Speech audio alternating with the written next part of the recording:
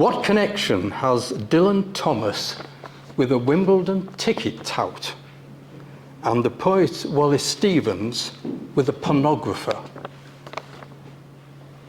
Why did Cecil Day-Lewis know a slum landlord in Brighton? Who was Kingsley Amis's first publisher? And why did Amis bump him off in one of his novels? Whom did Philip Larkin call a lazy sod? I can think of a few possible answers to the last question. All these questions were posed by Timothy Darch Smith, the bibliographer of the Fortune Press.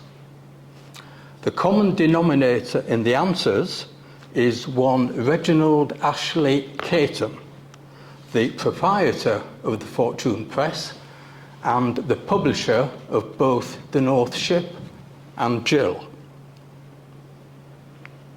Although Larkin was still writing poems in the early 1940s, it was as a novelist that he wished to establish his reputation. He began the novel Jill in the late summer of 1943, whilst living at home in Warwick, completing it a year later in Wellington.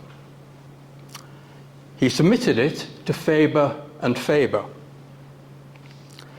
The publisher held weekly book committee meetings on Wednesday afternoons, lasting, as one director put it, from lunchtime till exhaustion. At these meetings, decisions were taken on which books to publish, and the results recorded in the book committee register. I've consulted the register, which is housed in the British Library. It records the receipt of the manuscript of Jill on the 11th of August 1944, its consideration on the 6th of September, the decision to reject, and the return of the manuscript to Larkin on the 20th of September. Excuse me. Gollancz were then approached. Larkin had been friendly with Diana Gollancz at Oxford, but with a similar result. In an unpublished letter to James Sutton on the 28th of March 1945, housed in the Hull History Centre, he described what he did next. On Easter Sunday, I made a great big parcel of Jill and sent it off to the Fortune Press with a very conceited covering note. This looks like an ounce of ape shit, but in reality it is alive with significant dialogue, drama, and fine butter-smooth prose. They're a collection of mad bastards who might print it if they happen to be drunk. Mind you, I don't think it is a finished work of art by any means, but it would please me enormously to have it in book form. I think that's a really important letter, and I'm astonished it never made it into the selected letters. Caton replied that he would publish it when he could, without apparently reading it. The Fortune Press was a publisher of modern poetry and pornographic novels. Titles like Boys in Their Ruin, leaving little to the imagination, and had a reputation for inefficiency, deviousness, and almost non-existent distribution and royalties. Caton himself could be characterized as mean, secretive, dilatory, and adept at double dealing. Authors were sometimes inveigled into buying multiple copies of their books for selling on to friends and relatives. One of his poets allegedly threatened him with a loaded pistol. He employed no staff, not even a packer, and booksellers, despairing of ever receiving the books they had ordered, often gave up in disgust. Of the very few authors who penetrated his inner sanctum, none spoke of order and cleanliness.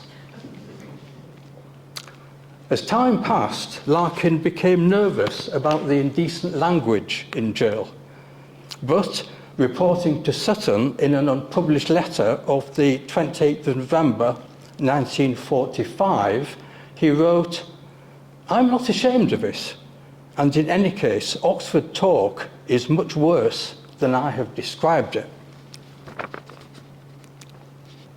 The problem started when it was dispatched to the printers. Writing to Sutton on the 15th of January 1946, he said, "Briefly, the silly fool who runs the Fortune Press never read the book at all and just sent off the manuscript, despite my warning, to the printers.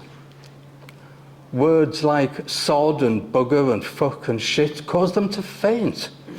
One girl nearly had hysterics, and therefore the manager blue-penciled the whole thing down to the last, my God." Caton met Larkin at a tea shop on Victoria Station, where he persuaded him to tone it down. This was the only time they ever met. However, Caton was right to be concerned. He was no stranger to the dock of the Old Bailey, having been prosecuted and convicted of obscenity in 1934. An incident he described to Larkin as no joke. After his conviction, several of his titles were ordered to be destroyed. Philip Larkin once told me that the only payment he ever received for jail was that cup of tea on Victoria Station. Delay followed delay in publication. The letters to Sutton in 1946 are littered with foul-mouthed diatribes against Caton. I'll only give one example from an unpublished letter of the 8th of October, and apologies for the language. "As soon as I can, I will send Jill, but the motherfucking bastards have broken their word for the 3rd time, and I don't know if they mean to deliver it before Christmas. The sons of sods." The book was finally published in late October 1946 at a price of 9 shillings and 6pence. Kingsley Amis searched for a copy in Blackwell's in Oxford without success. However, he did see a copy in the window of a Soho sex shop, displayed between high-heeled Yvonne and naked and unashamed. So let's have a look at it as a bibliographical entity. The first thing to notice is the dust wrapper. The publisher's blurb actually starts on the front of the dust wrapper and then continues mid-sentence on the flap over leaf. There are many binding variants. Barry Bloomfield, Larkin's bibliographer, identified 6 different variants, but there are others. It was Caton's practice to bind up small quantities of any title at a time, using binding cloths he had acquired cheaply. There appears to be no way of assigning priority to any of these bindings. I can show you a couple. That's a beige-coloured one. That's a black one.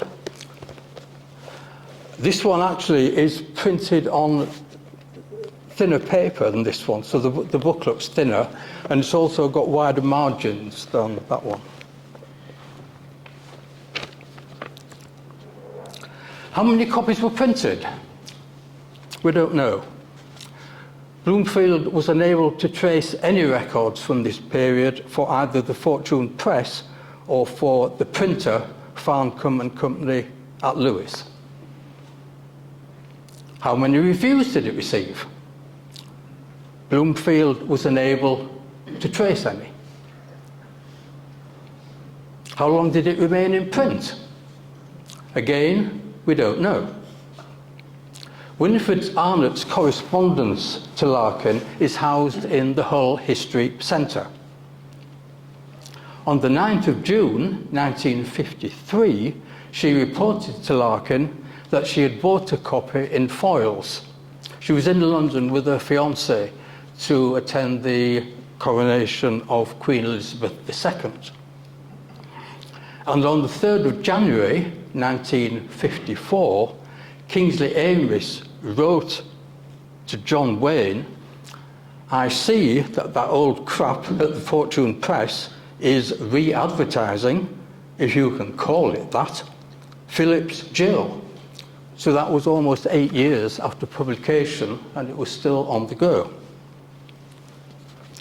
In 1969, the rare bookseller Fuller Dart Smith published a catalogue of all Fortune Press titles still in print. And that's the catalogue. It totalled 182 items, some of which had been published in the 1920s, but Jill was not among them. Faber had gained control of the copyright by publishing a revised edition in 1964, which is that one. The bookseller's catalogue is a collector's item in itself. How many catalogues do you see printed on handmade watermarked paper? Larkin was instrumental in Amis's first book being published by the Fortune Press. On the 12th of December 1945, Larkin wrote to Amis, "Why don't you get your words together and send them to the Fortune Press? They'd publish them." Amis duly sent the collection of his poems entitled Bright November to the publisher that month, but it was not accepted for publication until May 1946. Caton's procrastination drove him to distraction. On the 6th of December 1946, having rung Caton up, he reported to Larkin that Caton refrained from apologising for not writing to me for 29 weeks, said I would get the proofs in about a month.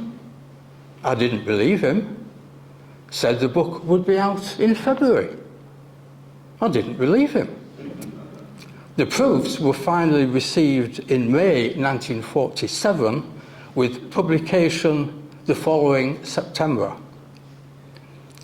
Amis was not impressed, writing to Larkin that the print is pretty fucking awful, but we mustn't look a gift horse up the arse, must we? Why mustn't we? Well, that is Bright November. Like many of Caton's authors, Amis was obliged to help finance publication.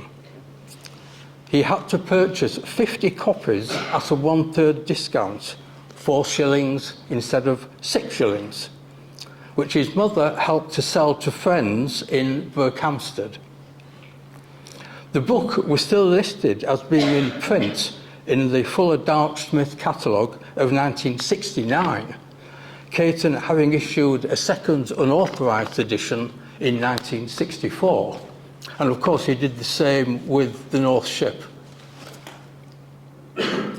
Scurvily treated by Caton, Amis exacted his revenge by including L.S. Caton, L.S. standing for lazy sod, in 5 of his novels. Lucky Jim, That Uncertain Feeling, Take a Girl Like You, One Fat Englishman, and finally The Anti-Death League, where Amis, perhaps tiring of the joke, has him shot to pieces his remains barely identifiable. Larkin and Amis had amused themselves by inventing the names of imaginary blues singers based on literary personalities. So Lazy Sod Caton was analogous to somebody like Sleepy John Esters. Larkin recalled that they had Caton recording, "I ain't lazy, I'm just dreaming." After L.S.'s demise, the baton was taken up by the unlikely personage of Barbara Pym. For in her novel, The Sweet Dove Died, we are introduced to the pernickety Miss Caton, secretary to the antique dealer Humphrey Boyce. Caton earned his living through property as well as publishing. And at the time of his death in 1971, he owned 91 houses in his hometown of Brighton. Not a bathroom amongst them, he boasted. Administration of his property empire was time-consuming and involved constant train journeys to and from London on the Brighton Bell. He habitually wore fearfully old and grubby clothes because he did not want his tenants, regularly visited for outstanding rent, to know that he had any money to carry out the numerous repairs his houses needed. It is easy to underestimate Caton's contribution to literary publishing from the late 1930s to the mid-1960s. Because of his earlier hoarding of paper, he was virtually the only publisher with sufficient stocks to be able to risk publishing new work in the 1940s, paper rationing being prevalent throughout that time.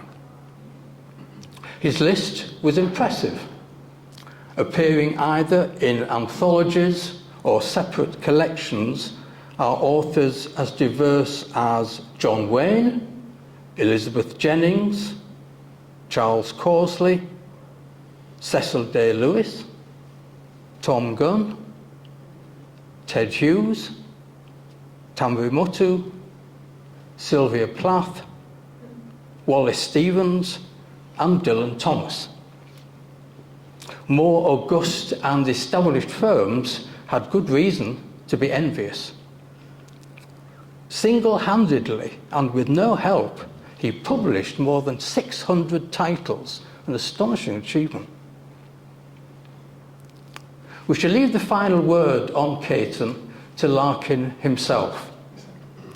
Writing to Anthony Thwaite on the 13th of August 1966, 20 years after the publication of Jill, he declaimed, "I suppose I ought to be grateful to that bum-hunting old relic of the 20s, but he is such a cheating old swine that my normal generosity is shriveled." Thank you.